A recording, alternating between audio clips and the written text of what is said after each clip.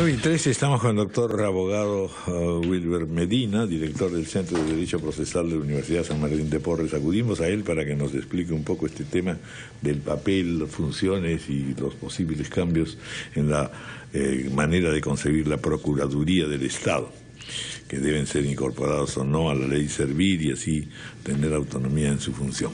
Cuéntenos un poco cómo ve el tema. Gracias por estar con nosotros.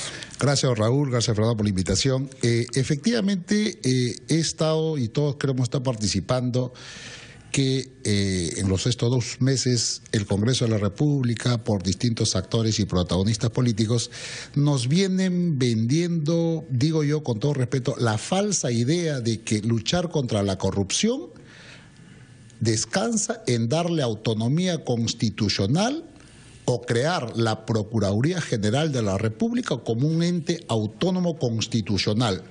Nada más falso y equivocado. Cada vez que tenemos un problema que queremos combatir o luchar contra algún flagelo, que en este caso que es la corrupción, queremos crear organismos, creamos más burocracia, más gasto corriente para el Estado, lo cual no es beneficioso para el país. Don Raúl, el Poder Ejecutivo, el presidente Kuczynski, la ministra Marisol Pérez Tello, si realmente desearan, tienen en sus manos la solución y nos olvidamos de toda esta discusión bizantina que se viene resolviendo. ¿Cuál es la solución?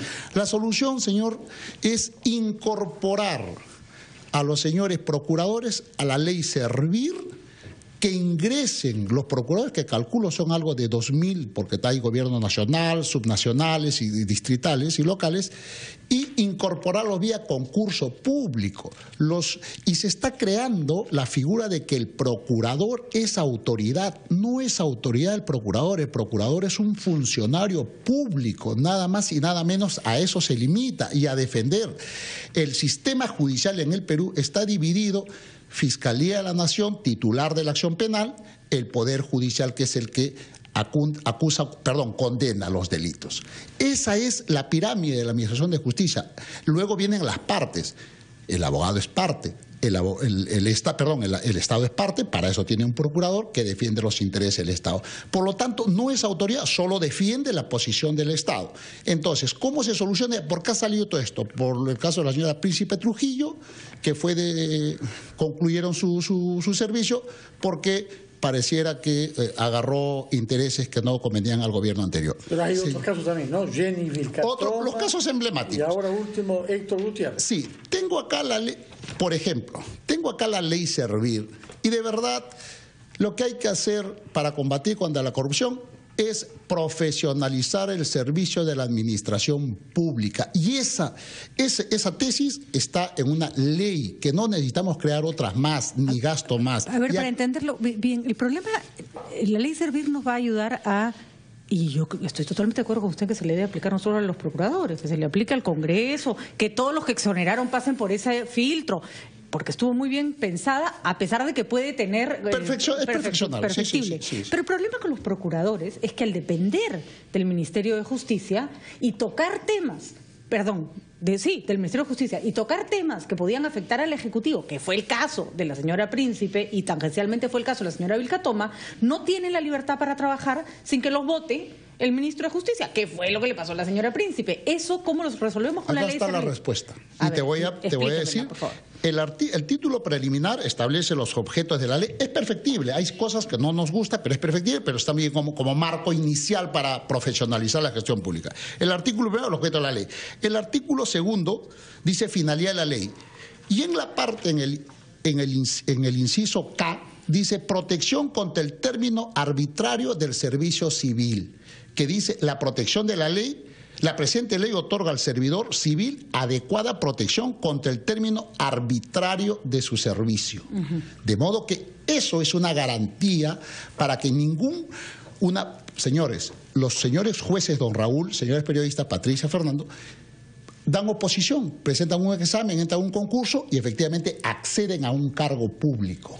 Los fiscales de igual manera, los procuradores defienden los intereses del Estado, ciertamente se les da estabilidad al acceder al cargo, no por el favor que ha ocurrido, como por ejemplo el caso del Ministerio de Defensa, llegó el ministro y nombró a una persona que él conoce. Es normal, práctica común, que cuando se cambia el titular del pliego, siempre están cambiando los procuradores, el procurador adjunto y los abogados. No tienen estabilidad justamente. Y por ejemplo, hay un hecho lamentable en el ministro Balaquivi anterior. Como lo había nombrado a la procuradora, no recuerdo su nombre, le dijo y le ordenó que denunciara a Roxana Cueva en un tema que había denunciado por unos datos. Aunque él niega, él dice que fue la procuradora sola, que no tiene nada que ver con hicieron conferencia de prensa juntos respaldando y escoltando. Entonces, por ejemplo, eso, Patricia, se acabaría porque la propia ley le da estabilidad. Ellos han accedido libremente a un cargo. Yo le cuento qué podría pasar y usted dígame cuál podría ser la solución. Sí. El despido arbitrario está prohibido también en empresas privadas y los que alguna vez hemos sido víctimas de eso sabemos que una vez que te despiden de manera arbitraria, tú tienes que ir. O sea, te despiden. Sí, claro. Y para que eso que usted lee se aplique, tienes que ir al Poder Judicial, pelear en Poder Judicial, probar que tu despido fue arbitrario, etcétera, o Ministerio de Trabajo, y después de un tiempo, si es que el fallo es favorable al trabajador porque se prueba que el despido fue arbitrario, será incorporado a su trabajo. Explíqueme usted, y entonces, mientras tanto, la procuradora en cuestión sale de su espacio de acción y se libran de ella, por lo menos por el tiempo en que tome que la repongan en su lugar. Te pongo el símil. Ningún juez es destituido salvo por infracción grave. Ningún fiscal es destituido, feneció en su cargo, salvo por un procedimiento debido a procesos. Exactamente lo mismo al procurador. Pero usted le está dando al procurador rango de el mismo gerente de una región. Funcionario público. Y es más, creo que acá han venido varias personas, el director Cortés, me parece que es de Servicio Civil, a destacar las bondades de esta ley, porque lo que cree es profesionalizar, nombrar gerentes. El señor Cortés nunca se manifestó contra el nombramiento de gente de confianza, porque el mismo argumento que usted dice podría aplicarse a los ministros es que no serían... que sean nombrados por servir. Es comprensible que un ministro necesite tener en torno a gente de confianza con la que pueda compartir situaciones, informaciones delicadas. Ahí está, perdón, y permítame, te agradezco la pregunta. Allí está. Un procurador no debe ser personal de confianza del ministro de turno, no debe ser, porque el procurador no defiende al ministro, el procurador debe y tiene que defender los intereses del Estado, esté el ministro A, esté el ministro B. Por eso, al darle estabilidad, va a trascender gobiernos.